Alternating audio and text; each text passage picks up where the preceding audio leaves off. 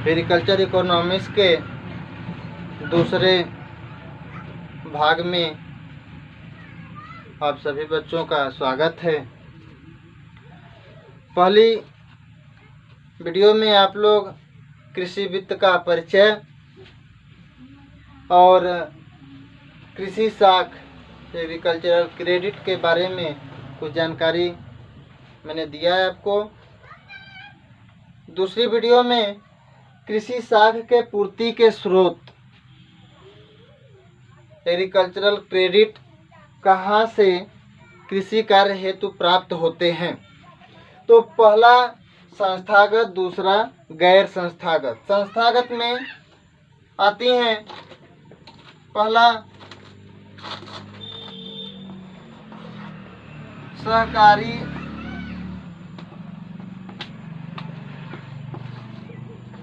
समितियां, सहकारी समितियां, बैंक,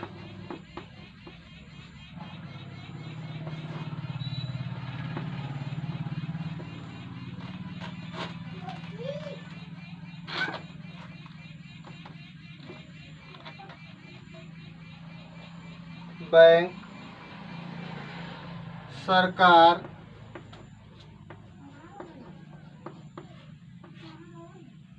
इत्यादि ये सहकारी संस्थागत के अंतर्गत आते हैं। इसमें निगम वगैरह भी आते हैं। जबकि गैर संस्थागत में साहूकार,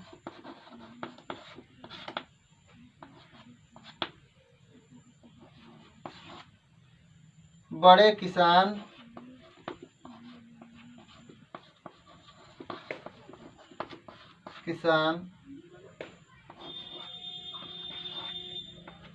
रिश्तेदार,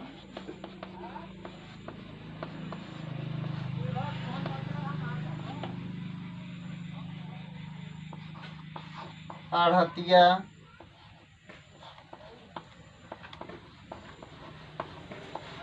इत्यादि।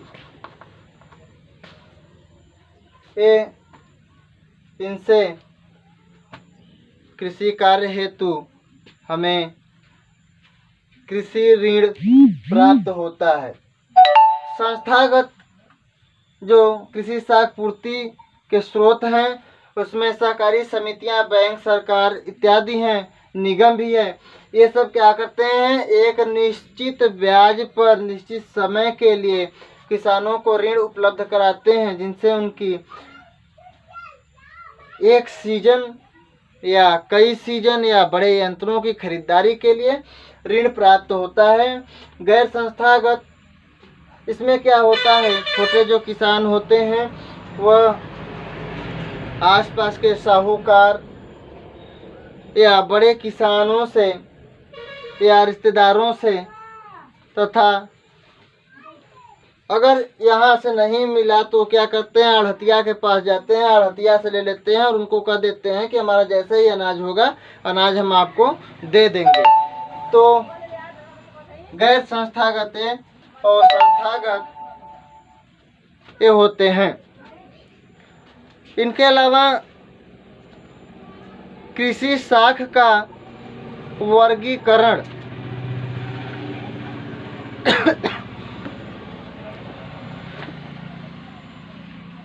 कृषि साख का वर्गीकरण कई प्रकार से होते हैं।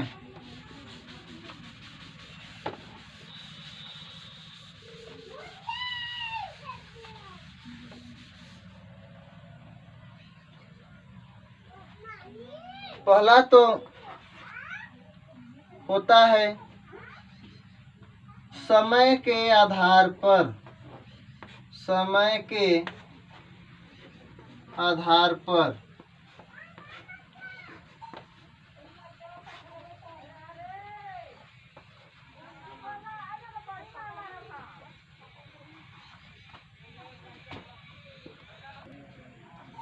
दूसरा पहला तो है समय के आधार पर, इसमें भी 3 प्रकार के होते हैं। पहला शॉर्ट टर्म, दूसरा मीडियम टर्म और तीसरा लॉन्ग टर्म। ये 3 प्रकार के होते हैं, शॉर्ट टर्म, मीडियम टर्म और लॉन्ग टर्म। यह शॉर्ट टर्म जो होता है यह 0 से 15 माह, यह 15 माह से 5 वर्ष तथा लॉन्ग टर्म 5 वर्ष से 20 वर्ष। शॉर्ट टर्म लोन या साख हमें एक सीजनी फसलोत्पादन के लिए प्राप्त होता है। मीडियम टर्म का जो क्रेडिट होता है, साख होता है, वह कृषक लेता है कुछ पुराने कर्ज अदायगी के लिए, कुछ कृषि यंत्रों को खरीदने के लिए, और लॉन्ग टर्म में बड़े कृषि यंत्रों को खरीदने के लिए, भूभाग को खरीदने के लिए इत्यादि के लिए लॉन्ग टर्म लोन प्राप्त करते हैं। अब दूसरा है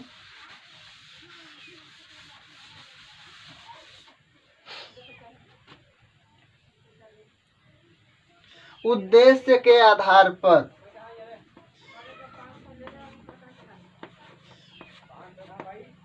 उद्देश्य के आधार पर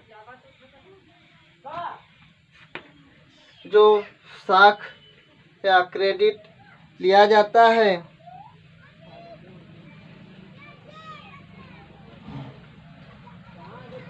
में पहला है direct productive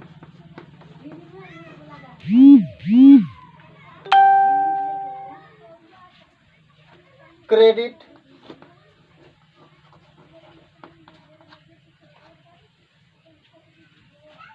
direct productive credit, यह जो क्रेडिट लिया जाता है वह डायरेक्ट प्रोडक्शन हेतु लिया जाता है। दूसरा इनडायरेक्ट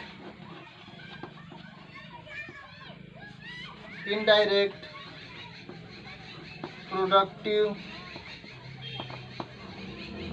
क्रेडिट,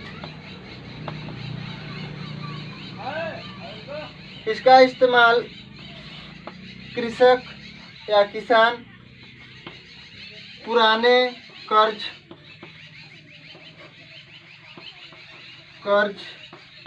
की अदायगी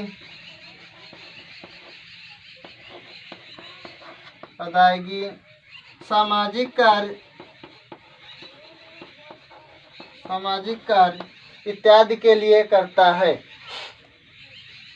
जैसे शादी विवाह या पुराने कहीं दूसरे बैंक से या किसी साहूकार से पैसे ले लिए हों और उसको चुकता न कर पा रहे हों, तो ऐसी स्थिति में इनडायरेक्ट प्रोडक्टिव क्रेडिट लेते हैं, जो कि उनको देने के बाद जो उनके खेत का प्रोडक्ट होगा वह सीधे उनको बचेगा। तो इस तरह से इनडायरेक्टिव प्रोडक्ट क्रेडिट हो गया, प्रोडक्टिव क्रेडिट। तीसरा है अनप्रोडक्टिव क्रेडिट। अनप्रोडक्टिव क्रेडिट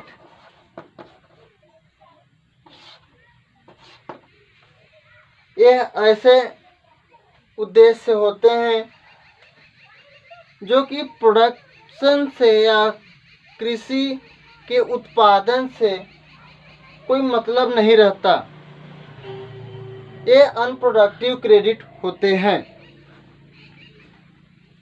इसमें भी सामाजिक कार्य, विवाह, उत्सव इत्यादि के लिए ही लिया जाता है। धन्यवाद। अगले क्लास में पुनः इसी पर चर्चा करेंगे। अभी सिर्फ 2 हुए हैं, पहला टाइम के आधार पर, दूसरा उद्देश्य के आधार पर। अगला फिर चर्चा करते हैं।